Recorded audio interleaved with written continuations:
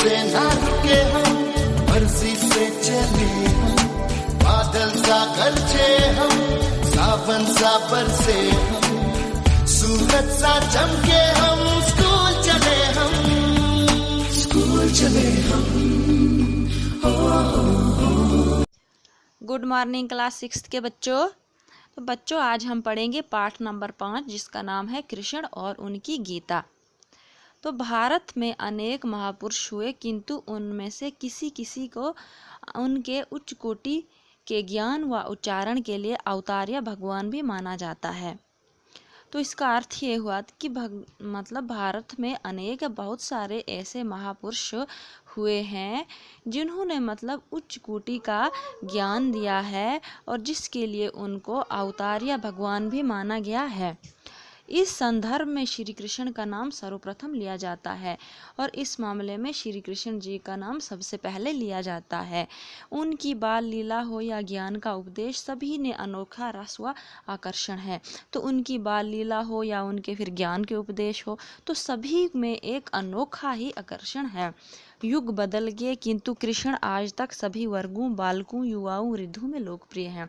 कि बहुत सारे युग बदल गए हैं लेकिन जो श्री कृष्ण हैं वो आज तक सभी वर्गों में, चाहे वो बालक हों, बच्चे हों, युवा हों, जवान हों या वृद्ध हो, बूढ़े हों, वो सब में लोकप्रिय हैं।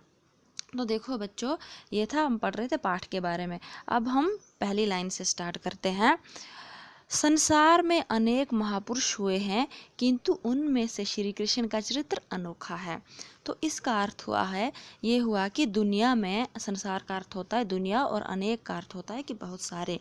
तो दुनिया में बहुत सारे महापुरुष हुए हैं किंतु उनमें श्री कृष्ण, लेकिन उनमें से श्री कृष्ण जो है उनका जो चरित्र है, उनका जो करैक्टर है वो अनोखा है, बिल्कुल सबसे अलग है।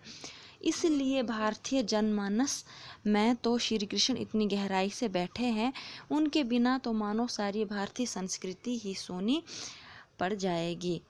तो मतलब जो भारतीय जनमानस में कि भारतीय के आम लोगों में श्री कृष्ण हर एक लोग में, भारत के हर इंसान में श्री कृष्ण ऐसे बसे हुए हैं कि उनके बगैर तो भारत की संस्कृति जो है वो सूनी पड़ जाएगी। उसका कारण है उनका विविध आयामी व्यक्तित्व। तो इसकी वजह क्या है, कारण क्या होता है, वजह।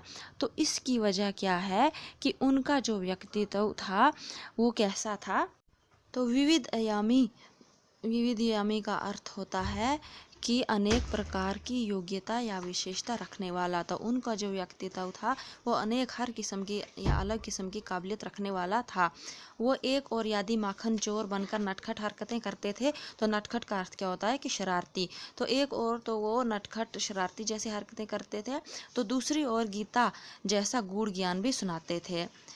खूब सजते संवरते थे और देखने में कोमल राजकुमार से जान पड़ते थे, किंतु समय आने पर कंस जैसे शक्तिशाली दुष्ट का संहार भी करते थे।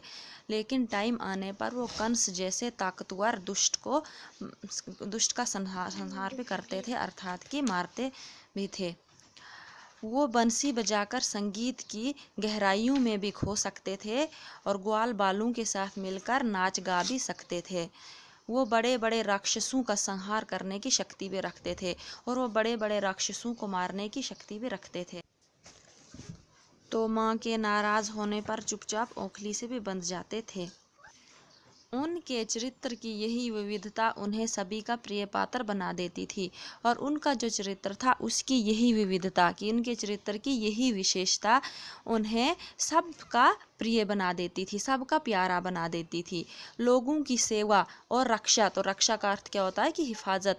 लोगों की सेवा और रक्षा करने में भी वो सबसे आगे रहते थे। जब गोकुल में भारी वर्षा होने होती है तो वो गोवर्धन पर्वत को उठा लेते हैं। कि जब गोकुल में बारिश होने वाली थी तो बारिश से गोकुल की रक्षा करने के लिए वो गोवर्धन पर्वत को भी उठा लेते।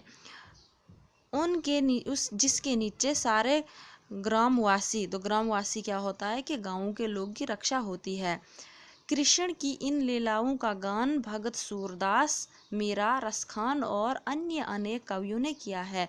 तो कृष्ण की इन लीलाओं का जो बखान किया है वो किस किस ने किया है? सूरदास, मीरा, रसखान और बहुत सारे और कवियों ने भी। वास्तव में, तो वास्तव का अर्थ क्या होता है कि हकीकत में, वास्तव में श्री कृष्ण से संबंधित जितने अधिक गीत व कथाएं प्रसिद्ध हैं उतनी अन्य किसी की नहीं। तो हकीकत तो ऐसी है कि श्री कृष्ण से रिलेटेड जितने भी मतलब गीत कथाएं मशहूर हैं वो बाकी किसी की नहीं हैं। तो बच्चों आज हम यहाँ तक पढ़ेंगे, आपने ये अच्छे से पढ़ना है और यही आपने होमवर्क भी करना है।